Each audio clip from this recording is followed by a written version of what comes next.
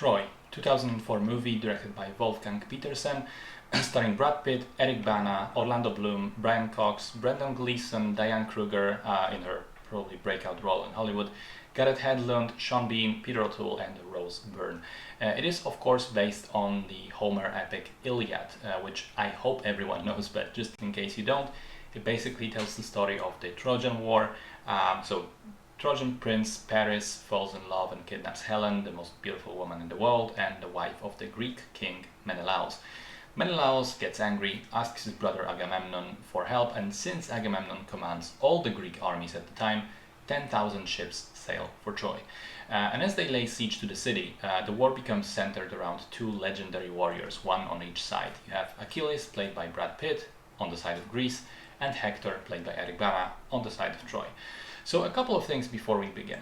This remains the most expensive R-rated movie ever made. Adjusted for inflation in 2025 money, it costs close to $300 million to make. It was nominated for an Oscar for costume design, and it exists in two versions. Theatrical cut is 2 hours 43 minutes long, and the director's cut, released 3 years later, is 3 hours 16 minutes long.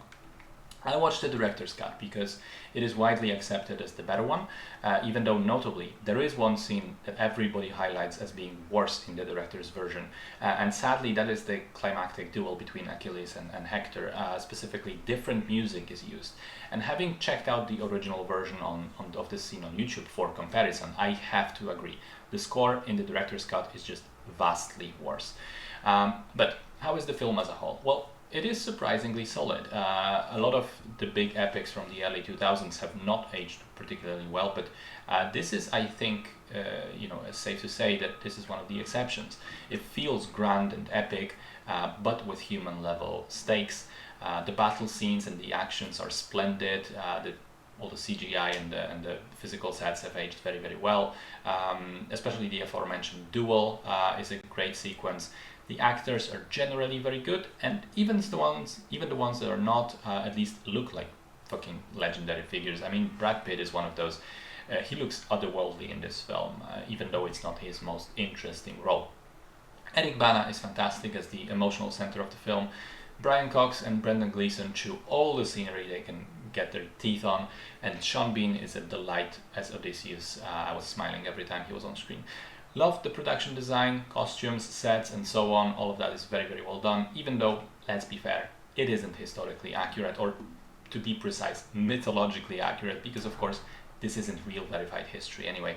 I also really enjoyed how each of the male characters in the film embodies a different philosophy or virtue or goal. Achilles is all for glory and vanity, Agamemnon, power, Hector, patriotism, Paris, love, Odysseus is the pragmatic, reasonable one, and so on. The three things that I didn't enjoy so much: the removal of gods altogether and condensing the timeline from 10 years to about a couple of weeks' time. I think in its original form, the Iliad story is more interesting and fun, and making it grounded without the gods element removes part of the magic from it all. But at least I understand this was the vision for the film, and it was done consistently.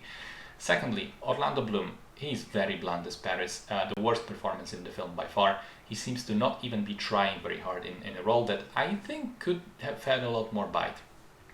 And finally, three, giving Achilles the half-hearted redemption arc towards the end.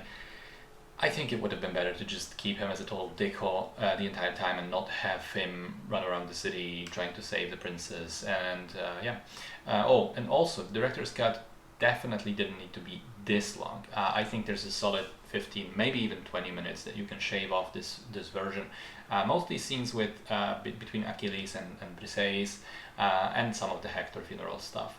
But even with all these imperfections, I still had a great time catching up on this movie. I think it's properly epic in scope and proportion, with well-drawn characters and a very good balance between the huge war and the personal drama. Good film.